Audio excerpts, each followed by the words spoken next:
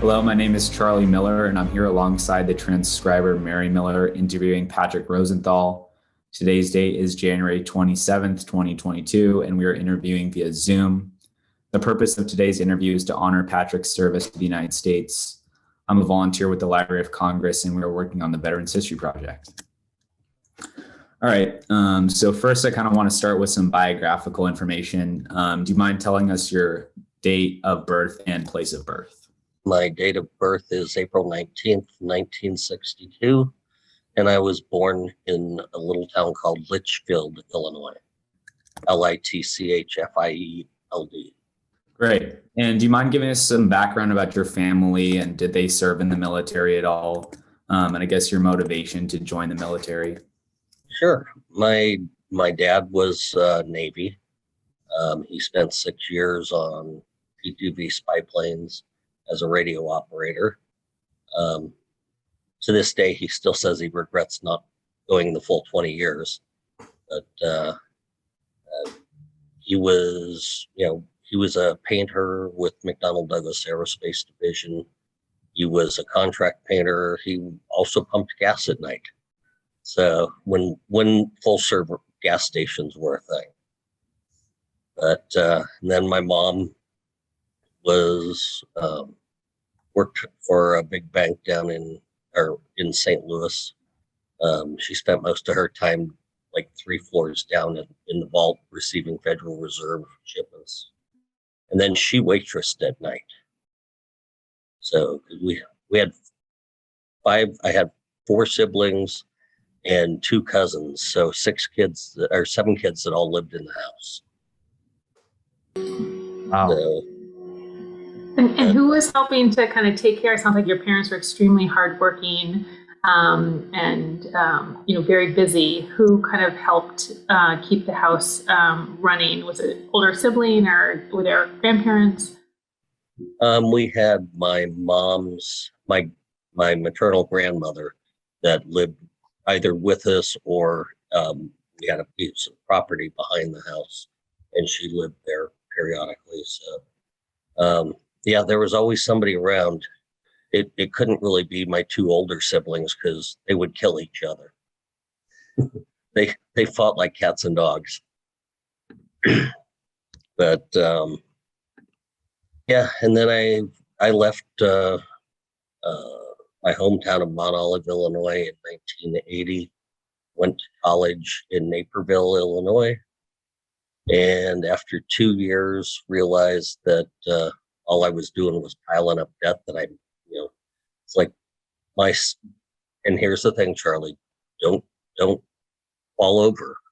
But my junior year was going to cost me $10,000 out of pocket. Wow. So I know now tuition itself is $16,000, room and board and everything else. So Yeah. but so I already had $14,000 in debt, and I was running a little wild and decided I needed to have some discipline and didn't want to keep taking out loans. So I joined the military. And what was kind of your family and friends' first initial opinions about you deciding to join the service? They were shocked. They were pissed. I was the second in our family to go to college, but I was the first one ever to make it past freshman year without leaving. So, I made it to my sophomore year. I was wrestling at North Central like NCC. Been a while. I wanted to make sure I didn't say North or Naperville North, and high schools, everything sounded the same. But so I mean, they were supportive after a while when they realized that they weren't going to change my mind. And then my cousin Bob, who was a junior in college at the time, and he was having financial issues. So we went in together. We actually served in boot camp together. But why did I choose the Navy? Well, I wasn't going to join the Army because I really despise crawling through mud. And I didn't join the Marine Corps because I watched too many World War II movies and, the Battle of Normandy, and I didn't want to be a doormat for the guy behind me. And the Air Force recruiter literally was never in his office. I went down every day for 2 weeks, and I never saw the door unlocked. And I would sit out on the stoop for hours. And next door, unlike today where they have the combined recruiting stations, next door was the Navy recruiting station, separate building, separate everything. And the chief in there would come out and see me sitting on the stoop and start, talking with me and on and off. Finally, after my 14th day, my 10th day of showing up there and sitting on the door stoop, he finally came out and said, he doesn't need anybody. Air Force, they have people, basically jumping over each other to join. Let me show you what the Navy can offer. And needless to say, he was an engineering type, machinist mate, mechanic. And lo and behold, that's what I became. So he set it up to where I went to, boot camp, into my advanced schools, down to nuke power school. In fact, when I graduated from my A school, I was an E4 already, when most of the folks that I went to boot camp with were E2. So, how quickly did that all kind of come together from the time of kind of that conversation to arriving at boot camp? It actually took longer than they wanted. It took almost 2 months, because in my high school where I grew up, everybody takes the ASVAB, which is the military aptitude test, which kind of tells you what direction, what your strengths are, and if you were to join the military, what type of jobs you would be suited for. And not that everybody was going into the military, but the school counselors saw it as a good tool on going through, and for those kids who really shouldn't be going to a 4-year university, it would give them the idea, what direction to go in the way of encouraging trade schools and such. So, and back in those days, the local industry partnered with junior colleges and community colleges, and they trained their future workforce there. Now in California, junior colleges and community colleges are just the stepping stone to get into a 4-year university. And they've wiped out almost every one of the trades they teach. So Yeah. that's how I wound up in the Navy. What were kind of like your initial impressions when you arrived to boot camp of, I guess, the scenery and your fellow soldiers? Well, I was in charge of a group of 10 of us coming from St. Louis to going to Chicago on Amtrak. And being as I had been in, the Chicago area, we got a locker when we got into Chicago, put all of our records, everything they had us bring. And it was St. Patty's Day, so we went out and partied. In the club car on the Amtrak, the bartender, didn't ask anybody for an ID, and everybody on the train was buying us beers.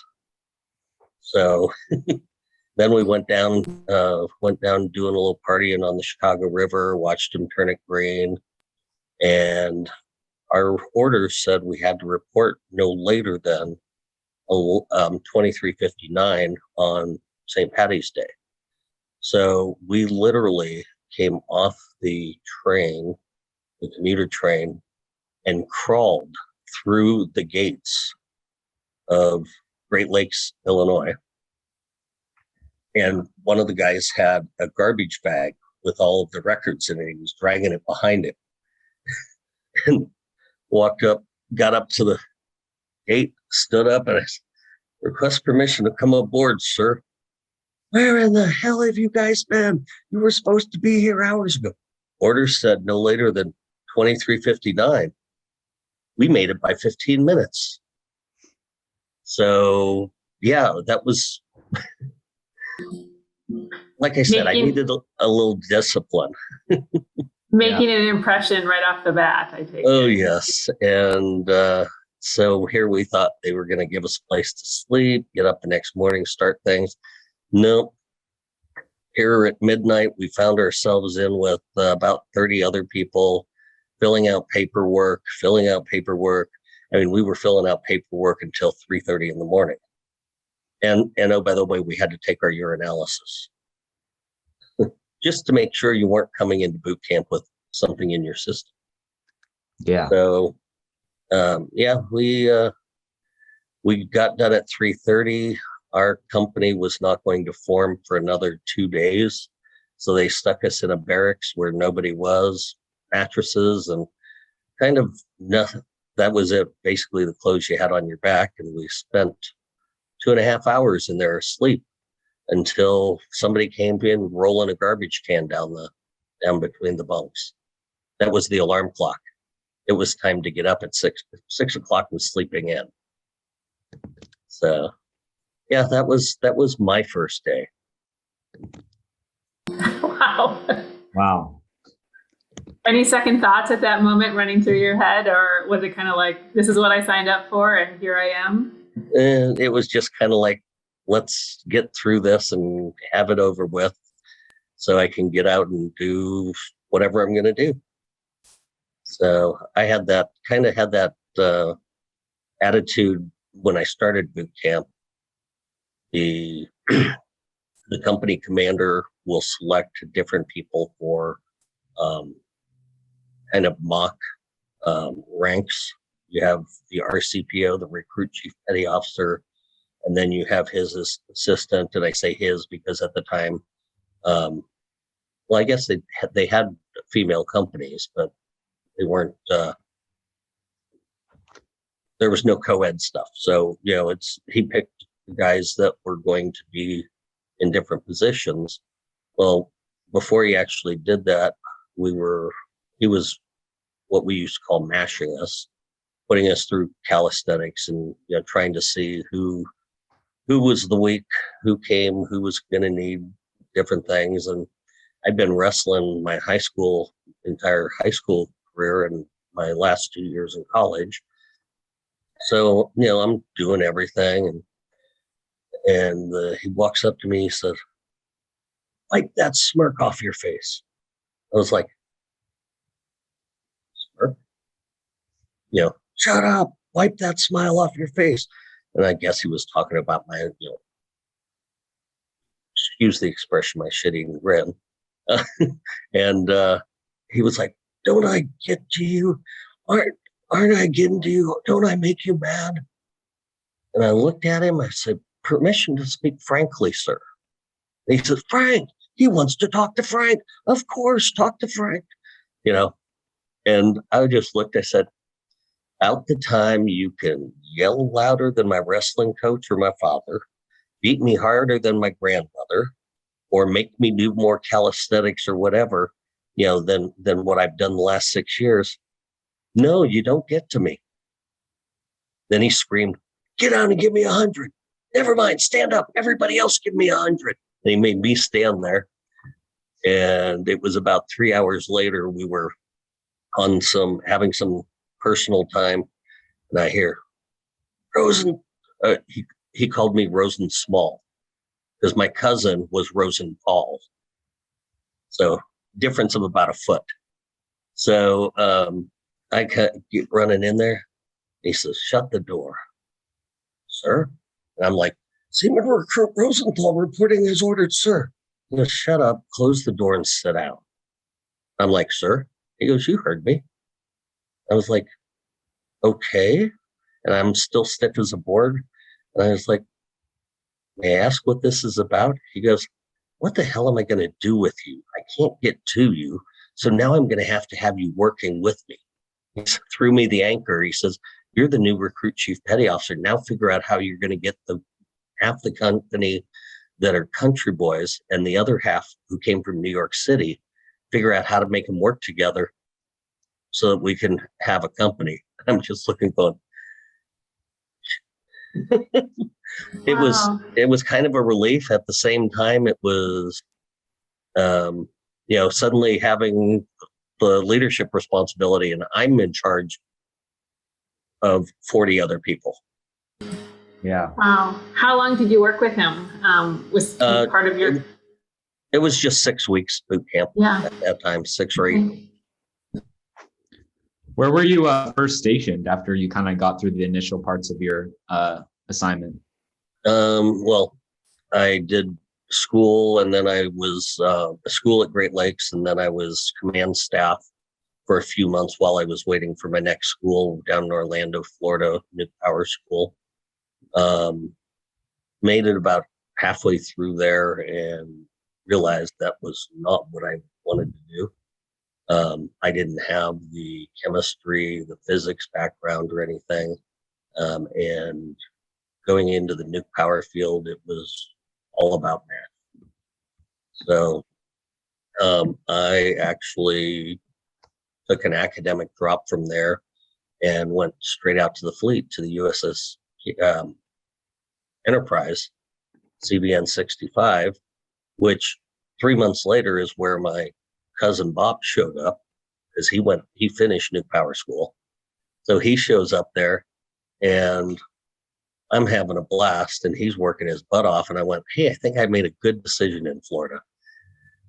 So, but the Enterprise had 8 Westinghouse nuclear reactors on board. Wow. It was the first time that they had tried to take a aircraft carrier nuke powered. So they had not developed the larger GE plants yet for the carriers. So they had all of these, they were building Westinghouse, small nuclear reactors for submarines. So that's what they put on the Enterprise. And we had 4 shafts. So we had 4 main spaces, 2 reactors for each shaft. So one was a backup to the other. If one scrammed, you could bring the other one up. And that's how the ship was powered. The nuclear reactor is nothing more than a large boiler, because all we're doing is taking the primary loop cooling water, which is going through and is well above boiling stage, and then we're passing a secondary loop, basically side by side, and sometimes depending on the section, one may run inside the other, but you'd get the heat transferred there, and it would basically create superheated steam as it would come out of the secondary loop, out of the nozzle. And we then use the steam to turn the turbines, which turn the reduction gear, which turn the screw. So, but that was my first duty station. Me and 5,250 of my best friends. Wow. What area of the world, I guess, were you first deployed? And what was like your first experience with combat? Well, my first deployment was there was no combat. In fact, it wasn't until my 4th deployment that Desert Storm happened. I joined in 1982, and short of we would go in. We called it in the Indian Ocean. We called it Gonzo Station. It was just an area that we would patrol. We'd go through the Western Pacific, through the Straits of Malacca, past Philippines and everything, and then go out into the Indian Ocean. And we would just sail back and forth and do drills and, flight operations and stuff for practice. But it was, I believe, 88 when, no, 86 deployment on the Enterprise when we got called to be what we referred to as the Hormuz Highway Patrol. So the Straits of Hormuz, the Iran-Iraq war was going on. They were, laying mines in different areas in the Gulf. And basically what we did for 3 months was we sailed into the Gulf, turned around and sailed out of the Gulf, into the Gulf and out of the Gulf. So just to make sure, there weren't any bad actors trying to, clog up the straits, because it's a huge, the oil going in and out of there and everything. It's a huge shipping lanes. And for the most part, the U.S. Navy's job is to maintain open sea lanes. That's our primary mission, not to project power and war out around, although, that's kind of what it does. But the primary mission is to maintain freedom of navigation. But we operated our kind of stops, Liberty ports would have been the Philippines, Singapore, Hong Kong, Thailand, and Australia were primaries. But in 1986 as well, we got called through the Suez Canal when Gaddafi was lobbing missiles at our Coast Guard station in Japan, at the bottom of Italy. Yes, there's a U.S. Coast Guard station in Italy, but he was just lobbing Scud missiles like he was gonna, do something, and he had his Gulf of Sidra line of death, and anybody comes within that, you're gonna be, sunk. So they called us through. We went full steam ahead for the Gulf of Sidra, and our planes went up, and there were these gunboats that were coming out to greet us, gonna fire on us. I guess the planes first dropped flyers that basically said, "Abandon your vessels. We'll be back in 10 minutes to sink them." And 10 minutes later, here comes the planes. People are in the water, and one plane took this boat out, one plane took that boat out, and then they dropped a little 100-pound bomb on the other one, kind of target practice.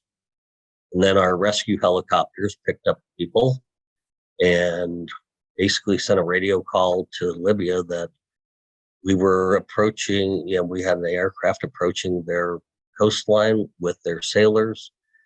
And basically it was under escort with F-14s. Any shots fired, you will regret it the rest of your, short life. So, wow. What was the adrenaline like on the ship when that's happening? It does cause adrenaline. It does make you get a little on edge, but at the time for that, we pretty much knew nothing was going to happen. Other than the fact we got some great Liberty ports in Europe. The only time a West Coast ship operates in East Coast waters, so it was kind of nice. But that was, kind of a little unnerving when you hear, they're sending the aircraft, the planes out, and that, there's gunboats inbound, and we go to general quarters. But, you're at the same time going, gunboats, ballistic bulkheads, and a, nearly 1,200 foot long aircraft carrier. What is a gunboat going to do? So, it all goes through your head, but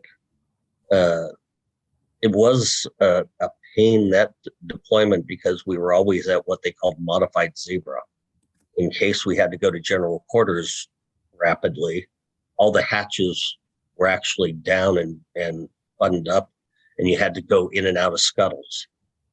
Well, you turn the handle, you lift it up, you crawl through, and then yeah, it's fine for a week, fine for a couple of weeks, not for 4 months. Yeah. So, Do you think your training like prepared you well for these moments, or did you kind of have to adapt like while you were in the combat? there's nothing that actually prepares you. We were prepared for our jobs. They like to say in boot camp, their job is to get the civilian out of you and get you to be able to learn basics where you can, we used to say save the ship. Now they call it fight the ship. Like, who wants to fight their own ship? But I digress. It's the training helped me for all the things that I needed. At the same time, when I was on the USS Kansas City and we had to go in for Desert Storm, in fact, we were 2 hours in the Gulf when the shock and awe began. But that is a different kind of feeling, because I was sitting on 11.5 million gallons of fuel that I was responsible for, and there were mines floating around. So, and it's like, yeah, I sat on the deck once in the evening after our last underway replenishment, and I'm sitting there and I look up, I'm like, what the heck? Scud missile going right over it was up high enough, but they were targeting Bahrain because we had a base there. So, yeah, that can get a little unnerving at night. We stayed down for the most part in what they call the supply box, the lower part of the Gulf, because we were the logistics hub for the entire Gulf. If it came into the Gulf or left the Gulf, it went to our deck first. So, in the evenings, what we would do is we'd go up the Gulf up inside the Gulf. And then at night, we would turn around and let the current, basically we'd almost float with the current. We would maintain 4 knots because you lose steerage at 3 knots. So we would maintain 4 knots and kind of just drift. The idea is if there's one of the mines that breaks loose up in what we call the mine box, if one broke loose, and you would be basically moving at about the same speed it was. So you wouldn't be flying into it. You wouldn't have it coming up behind you because you were at anchor. So that was kind of the mindset. Yeah. Can you talk a little bit about just maybe what was happening back home? I mean, that was, I think, one of the most anxious moments for the U.S. in a long, long time. And I can imagine your family worried about you and knowing that you were probably in the middle of it. Can you talk a little bit about that?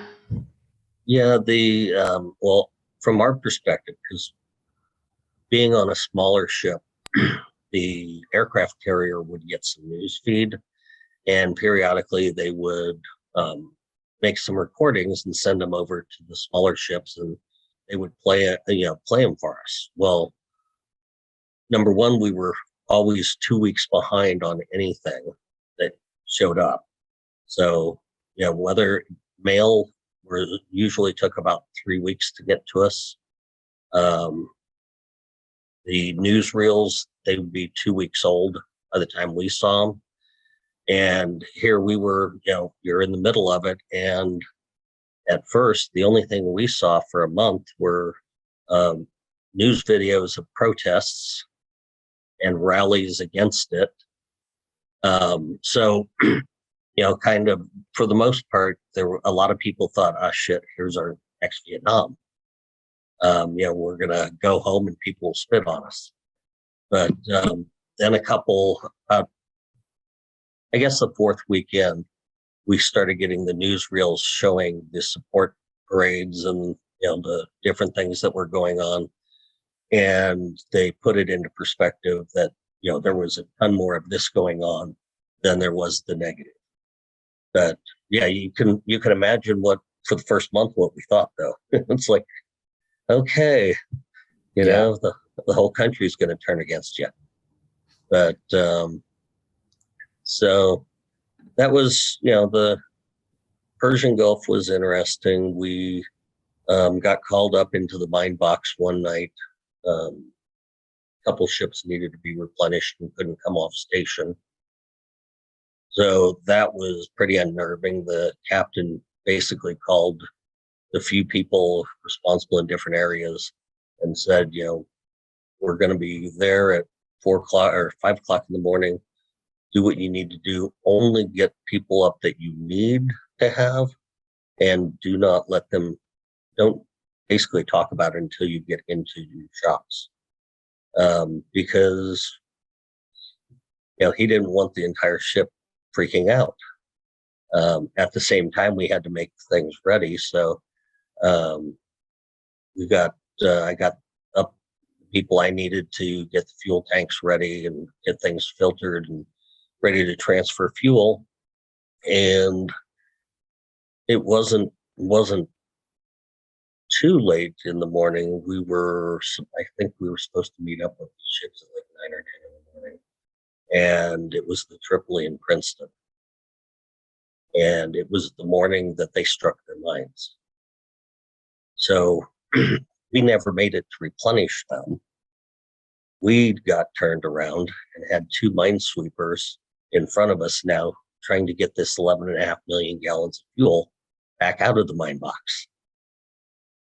So that was probably the scariest part of the entire thing, because, you're now the middle of the day.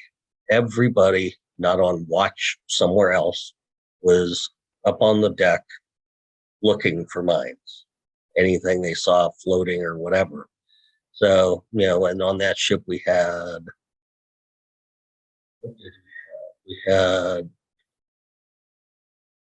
well, maybe, I'm trying to remember, maybe 500 sailors. And if you can think, there was 350 of them standing around the decks looking out, wondering, are we going to blow up? But I was, when we got told to, make the preps, what I had done, because the fuel is not going to burn unless it's vaporized or atomized. And we didn't carry anything that had a flash point lower than 140 degrees, which was, our planes were designed to fly on glorified kerosene. So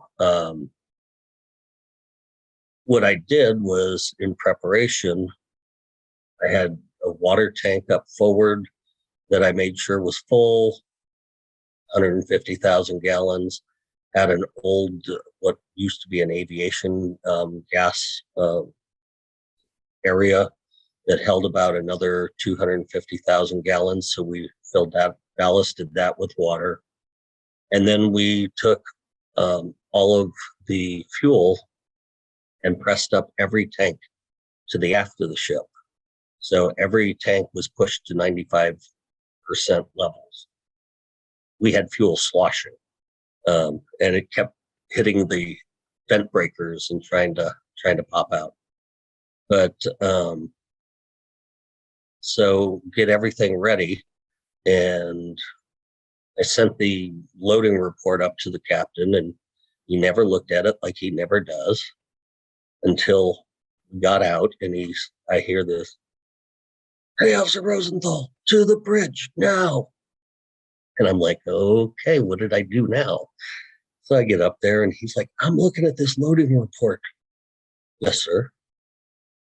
"You left this JP5 tank that's all the way forward. You left it basically with only 10% of fuel in it." I said, "Yes, sir. You told me to make the tactical decisions that we needed to be able to go into the box safely.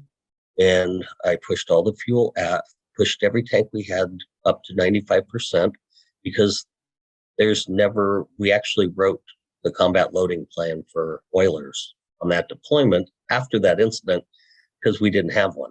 Nobody in the Navy had one. So he goes, "You left a bomb under the bridge," because it was this big void of vapor, fuel vapor. And I said, "Yes, sir." "Why didn't you tell me it?" I said, "Why didn't you read the report this morning at 4:30 when I put it on your desk?" And I was kind of pissed at the time. And of course, I shouldn't be talking to an 06 like this. But I said, "Look, you told me to make the strategic decisions. I wanted to make sure we can save the entire ship. I pumped everything up to 95%. Did I leave a bomb under the bridge? Yes. However, if we strike a mine and lose the bow of the ship and the bridge, I can still put this thing pierside using secondary con and basically in aft steering, we have a way to set up where you can set on the navigator and basically steer the ship from the steering units, the hydraulic units themselves." I said, "So I could still make sure that, 400 of these sailors would still make it home. Yes, we'd lose about 35. But you said make the best tactical decision." He said, "Well, what if a mine hit the side of the ship?" I said, "Wouldn't matter. It'd make a big hole. We'd lose fuel. But if any fire was started, the fuel would put it out before anything was vaporized or atomized." So you can actually take diesel fuel and throw it on a candle or whatever. It'll just put the candle out. People used to sit around while they were testing fuel and they'd smoke in the spaces at that time.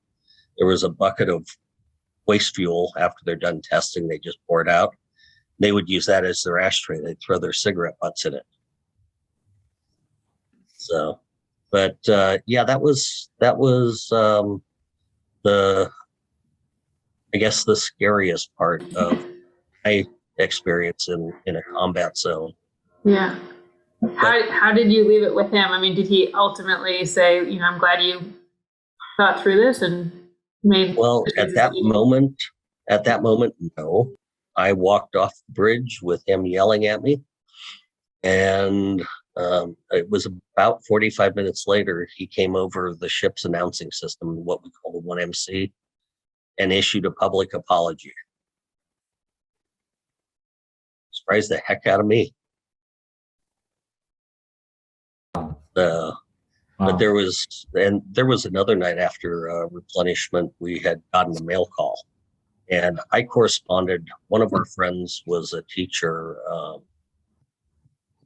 I think she had 5th grade or 4th grade at the time, and I was corresponding with their class. They'd send me letters, and I would basically create a VHS tape and respond to each and every one of them and talk about what's going on at that time and stuff. And so they sent a package, and when I get it, I open it up expecting just letters like always, and there's 2 cassette tapes. Yeah, 2 cassette tapes. One of them had 2 songs on it. The other one just had one. It was one of the same ones. So I put it into my Walkman, like, good old cassette tapes, and I'm sitting there listening. The first song was Bette Midler, "Wind Beneath My Wings," but it was the kids singing it. Yeah, it had me tearing. And then the actual song, or Bette Midler, and then the next song was the Voices That Care, which was the song that for us, but and then the kids singing that again. So Oh, that's really neat. yeah, I was sitting there crying. It was already after taps by about 20 minutes. And I walked up to the bridge and went to the captain. I was like, Captain, you got to listen to this. Just got it. He listened to that tape. He's like, time to wake up the ship.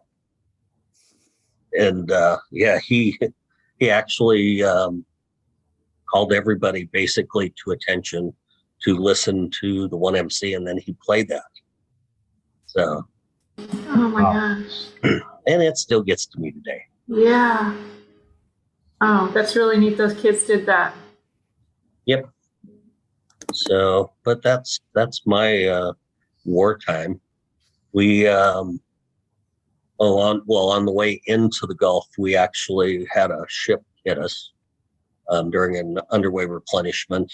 They lost power and basically scraped down the side of the ship. It was one way of getting out of going to Desert Storm because they had to go to the Philippines for repairs, but left it basically tore part of the bilge keel on the side of the ship and put a crack, an hairline fracture in one of my fuel tanks.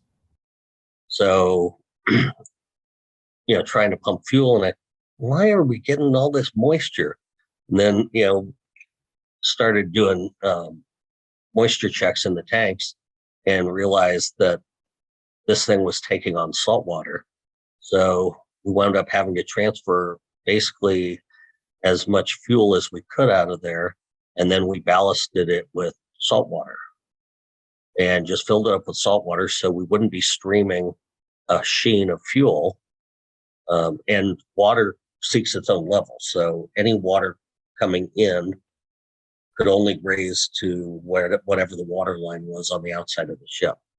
So we basically set the levels to be as equal as we could, so that the upper layer of fuel could never get down to that crack and start losing fuel into the water.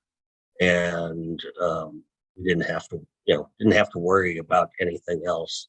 I would ballast it up and down when I needed to change what they call the hog and sag on the ship, because if I wanted to use the fuel out of the tank on the starboard side, I needed the port tank to come down or up at the same rate.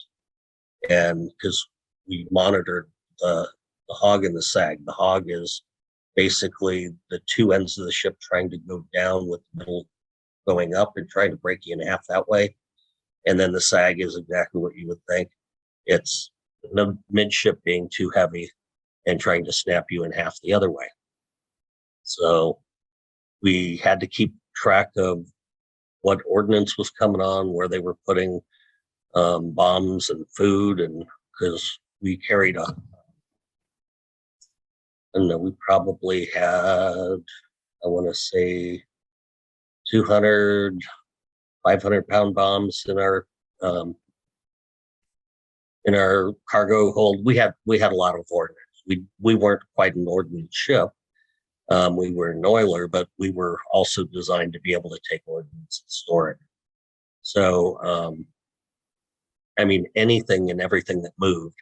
I had the ship's first modern computer, and it was the only one on board. And it was in my space, so I could do the program, the loading program, and be able to shift the weights and know by how many gallons it converted it into weight, and it would calculate the hog and sag of the ship, so I could balance things out. And the damage control officer was like, "That's my job. That computer goes into my office." And I looked at him, I said, "Check with the captain on that. He's the one that assigned this here." "Well, you're in engineering department." I said, "Yeah, and he's your boss." So, the word program was WordStar, but, there wasn't anything else. You couldn't change fonts, but I could sure make some pretty colored maps that showed the ship and where everything was. Did you have any oh, sorry, go ahead. No. Oh, Go ahead. Did you have any like spare time on the ship? And if you did, what was your favorite thing to do with your friends? Uh, Play Uno. Um, Depending on the ship, we may or may not have the ability to play basketball or whatever. On the aircraft carriers, there would be times when they would clear out one of the hangar bays, and we had basketball hoops that actually cranked down, and we would, play basketball back in the 80s. We also did smokers. We had a boxing ring, and you could challenge pretty much anybody to a match. And it was, That's awesome. it was designed to help blow off steam and also, get revenge on somebody without winding up in front of the captain for disciplinary action. But yeah, and then we would have, sometimes on the aircraft carriers again, we'd have bands come out. America came out and played a concert on the ship when we were on our way back from the Indian Ocean. One year for Christmas, we had the Dallas Cowboy cheerleaders visit us. So, but yeah, playing cards, reading, listening to music. We did have television on board, and televisions in most of the spaces, very old televisions. And it was usually what was being, they were playing tapes, film. Nothing was live. So you'd have like when you're on an airplane, there's 3 hours of Family Feud, or there's, whatever. Or back in that time, music videos were huge. So, that's kind of what we do with our time. When the ship was in ports, people would go off and do their own thing. There was usually always at the very beginning of our Liberty time or Liberty port, there was always a humanitarian trip to take. So like you'd go to an orphanage or a school, and we went to a school in Oman, which looked like kind of like something you'd see on TV, like in Africa or something, just one big room and looks like it's fallen apart. And so when we visited that, some people painted helped paint the place out. I ran all new wiring for the thing so that because the way the wiring was set up, it looked like the place could burn down at any second. So, and no, I'm not an electrician, but as long as you knew what you were doing, they would take all the help they could get. So, otherwise, what does anybody do with their spare time but waste it? Right. Do you recall the day like you retired from service? Oh yes. In the military, you have to request permission to retire. You can't just go when your 20 years is up. So I was in Newport, Rhode Island, at the Surface Warfare Officer School. I was teaching there, and I put in my paperwork, my request for retirement, because there was a lieutenant that pissed me off one day, and I said, I'm going. And my master chief was like, you've got obligated service. You haven't been here long enough.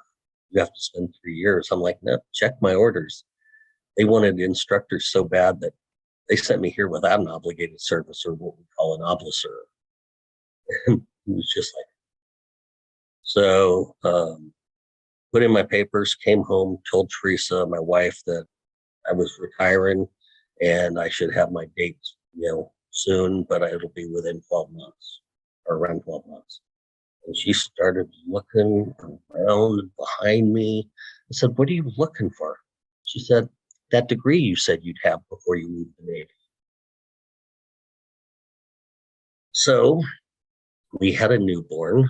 I was working full time, and I started a program through the University of Illinois Carbondale. It was a satellite program 2 hours south of us down at New Groton, Connecticut, Groton, Connecticut, New London, at the sub base. So for the next 11 and a half months, I spent every Saturday and Sunday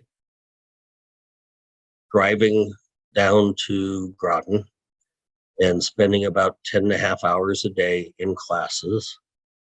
I also took 13 what we call Dante's exams. It's kind of like taking a clipping out of something, except these are subject specific, and you can take as many as you want, and they're each worth 3 semester hours. And as long as it's a pass or fail, 80%, you either pass or fail, but they don't tell you what your score was. So it's recorded as a 4.0. So I was on the dean's list forever. But yeah, I literally also for that, my degree, I had to do a 300-hour internship. And I also had to, part of my, I worked with like a boys and girls club as a tutor, after school tutor. And then I also designed courses for the adult school for things like small engine repair and air conditioning, refrigeration, different things. So I probably developed 25 or 30 courses, and then, 300 hours. And again, full-time working and newborn, and yeah. But so I actually, at my retirement ceremony, the one lieutenant who pissed me off and made me, feel like I wanted to retire, he actually was put in charge of my retirement ceremony. He did a great job. But it was kind of neat because my advisor from my college advisor actually showed up to hand me my diploma. Even though they weren't walking the stage for a few more months, she was able to get them to issue my diploma early. So really that cool. Was presented. Yeah. And of course, as soon as I got that, and my wife being, a UC Davis grad, I looked down at my 12-month-old at the time or so and started bawling. I said, "Look, sweetheart, now you got a 95% chance of making it through college." Because, statistics were, if no parent in your family is college, has a degree, the likelihood of you having one is pretty slim. And if one of your parents, they consider it a 50-50, because you're seeing two people whom you believe to be successful as you grow up.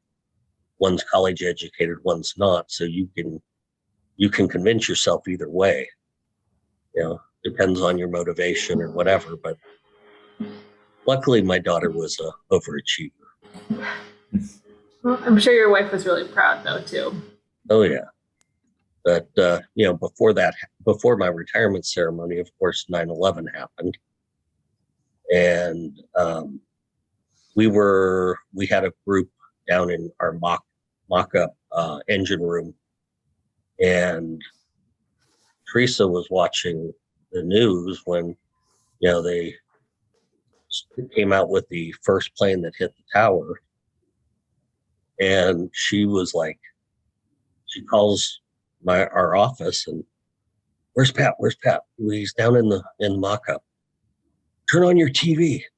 The other chief that answered the phone was like, "We're not allowed to have that on during working hours." She said, "Turn it on. You're under attack." and they turned it on just in time to see the second plane go into the building. And we basically got called to get all of our students, junior officers, out of the mock-up, get them in a classroom, not let them talk to anybody until they could come up and brief them. Because it turned out, I think it was 7 or 8 of our students had parents who worked in the Twin Towers.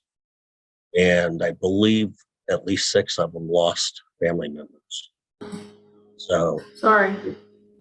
yeah, so that was, so my wife was the first one to alert our command that we were under attack by terrorists. So, but yeah, that was a stressful time. So Yeah. knowing that the base would soon be on lockdown, I just told the master chief, I'm like, hey, I got to go home real quick and check on Teresa and Ainsley, and I'll be back. Knowing that suddenly it was going to be restricted, I wasn't going to get through a gate. So I actually didn't go back on base for 48 hours until they finally came up with a system to start basically searching vehicles, putting mirrors underneath, make sure there was no bomb. And you would wait in line for probably 35 minutes to get through the gate, where you would normally sail through in about 3 minutes. And these were presumably all people you knew, right? That you had seen every single day, checking or waving you previously, right? And now, yeah, and they're, different people, but yeah, they're normally looking at the decal on your car and your ID in your hand. Now they're having to be concerned whether or not you're carrying a bomb intentionally or unintentionally. So, Yeah. It was stressful. And then Teresa and I were supposed to have actually had a trip for Thanksgiving to watch the Macy's parade. And our hotel was the Hilton Millennium, which was right across, and part of it was damaged. And it was also the place where they housed a lot of their staff for the other properties. And so we thought, okay, that was $100 a night internet, fare. We're never going to get that. And so we just waited for a while, because figured there was a lot of people that needed their immediate needs taken care of, or rebooked or whatever. And wound up, they gave us a call and like, are you still interested in coming? And it's like, yeah, but number one, we figured you had enough to handle with everybody first, in the first month that following. And the second, it's like, I don't know that we can afford it now, because, we were staying 7 nights, $100 a night. And the woman started crying. She goes, we can't not have you stay. So she goes, people are barking and yelling and pissed off, and because they're having to change hotels or not getting room. She goes, and you actually think of us and waited. I was like, yeah. So for the same price, they put us up at the Hilton 42nd Street. It was beautiful. So, but yeah, the pile was still burning. So and you couldn't go to the Statue of Liberty. Basically, you could go on the tour boat out, but none of the locations were open to actually go to. When you left the military, what was like your rank at the time, and what awards did you receive? I was an E7 at the time. I had I'd taken the exam and actually made E8, senior chief, but I refused to spend another 2 years active duty, because I promised my wife that, when we start a family, I wasn't deploying any longer. And of course, 9/11 happens, and I see the writing on the wall that says, you're deploying again if you stick around, and you'll be lucky if they don't force you to stay. So,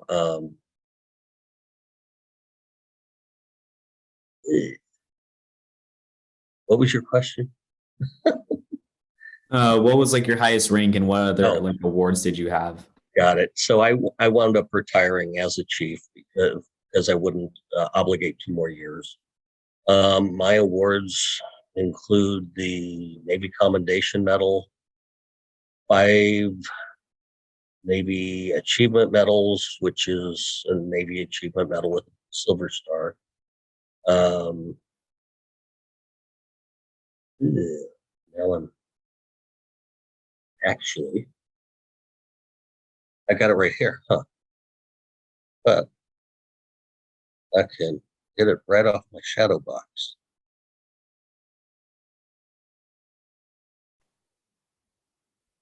So this is actually a picture of my, well, part of my shadow box. It's a ship's helm with all of my Wow. awards. Right. That's really neat. Yeah. So I've got the Navy Commendation, 5 Navy Achievements, a whole lot of Good Conduct medals, Navy Expeditionary Medal, National Defense Service Medal, Armed Forces Expeditionary Medal, Southwest Asia with 3 Bronze Stars, Humanitarian Medal, got that following the Loma Prieta earthquake with working emergency transportation and basically doing whatever anybody needed. Then the Kuwait Liberation Medal issued by Saudi Arabia, and then the Kuwait Liberation Medal issued by Kuwait. Expert rifle and pistol medals, Meritorious Unit Citation, Merit Presidential Unit Commendation, the Battle E with a Wreath D. Battle E is basically your ship wins the Excellence Award in its category of ships. So I was on ships 5 times that when the award was granted to that command. So not often you see a Battle E, what we call the Battle E with a Wreath D. And then Sea Service Ribbon with 4 Bronze Stars. And actually, I think it's supposed to have more. Wow. Wow. I wasn't going to try to fix it. It was going in a box. Yeah. So Wow. yeah. Thank you for sharing. That's a lot. Yeah, that's awesome. Did you continue, I guess, any of your friendships after that you made in the military, I guess, once you retired? Yeah, there's a few people we stay in contact. I wouldn't necessarily call it friendship. You know, we have fun reminiscing every now and then, but it's not somebody, you know, none of them are anyone I would take the time to go visit unless I was already there for something else. Yeah, I have seen a number of them. Actually, I ran into one chief when I was working for Ingersoll Rand. I was in charge of the service division, and we went to scope a project over in the East Bay at one of the oil refineries. And lo and behold, their maintenance chief is the guy I served with. So I have, you know, I've been in San Diego and somebody walks past you and go, "Hey chief, how you doing?" It's like looking back going, okay, computer access, what ship? Because they sure remember me. So what other questions you got, Charlie? I mean, I think that pretty much covers it. Some of my questions you kind of answered while you were talking. So unless my mom has anything else, I think I pretty much. I mean, have that answered. I think we just love it. And we know that you're currently working with veterans. So maybe we could just finish with, you know, how you're still connected to veterans and maybe even talk about some of the things that you do at the post. Because I know that's a big part of. Okay. Well, for 5 years, I actually worked as a veteran service officer. working as an advocate for veterans through the VA compensation for disabilities benefits. I then left there and went to work directly for the VA healthcare system, where I am currently a training specialist. And so it's with the Office of Community Care. So basically anything the VA can't provide, we have a network of civilian providers who can do the same thing. So I work in training the folks that go out and schedule these people, get them appointed to these veterans with their community providers. As far as at the post, I am for the 5th year, not consecutive. I am the post commander for VFW Post 4103 in South San Francisco, and we had a number of programs that we ran. It's been muted for the last 2 years because of COVID, but every year we would basically invite all of the disabled vets from the different VA medical systems. San Francisco, we would get people transporting any veteran from Yountville, the state veterans home, Palo Alto Medical. We would get anywhere between 250 and 350 veterans that they brought in on buses and vans and cars. And we provided a meal for them and free entrance into the San Francisco Zoo. So it was literally Veterans Day at the zoo, not on Veterans Day. Yeah. And that would be once a year? Yeah, we did that once a year. And in fact, we weren't able to do it, like I said, the last 2 years. However, we did make sure that the tigers got fed. So we purchased a bench from them, which has a sponsor plaque on it. So yeah, they got $5,000 out of us to help you get animals when they weren't getting any revenue. In fact, the foundation was starting to eat into the principal. So those were tough days. And then we have a Veterans Day program down at Palo Alto VA Medical System, and we used to have post members cooking turkeys, and we would put all kinds of food together. Number of years ago, they stopped that, allowing us to do that. So what we would do is, up at the Elks Lodge in South City, California Catering has a contract with the commercial kitchen there. So we have the Elks members donate 30 turkeys, or they get somebody to donate them. And then along with the folks from California Catering and the Elks and a few of our guys, we sat there and roast 30 turkeys over a period of a couple days. And then we have one evening that we show up there to carve them all, and package everything up. We would also have, I used to call them the turkey footballs. They're got the netting around them.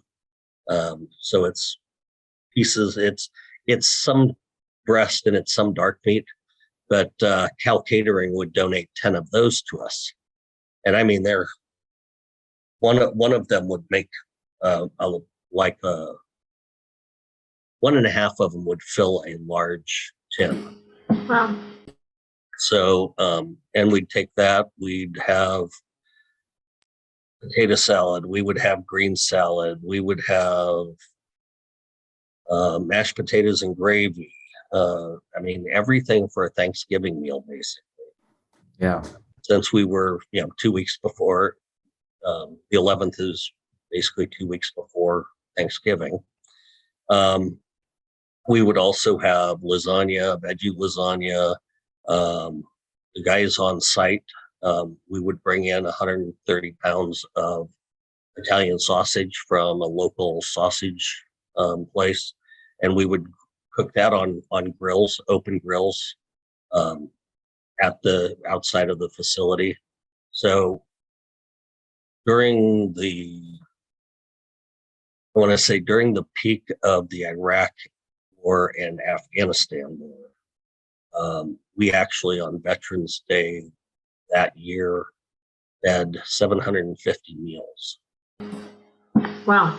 To veterans and veteran staff and family members.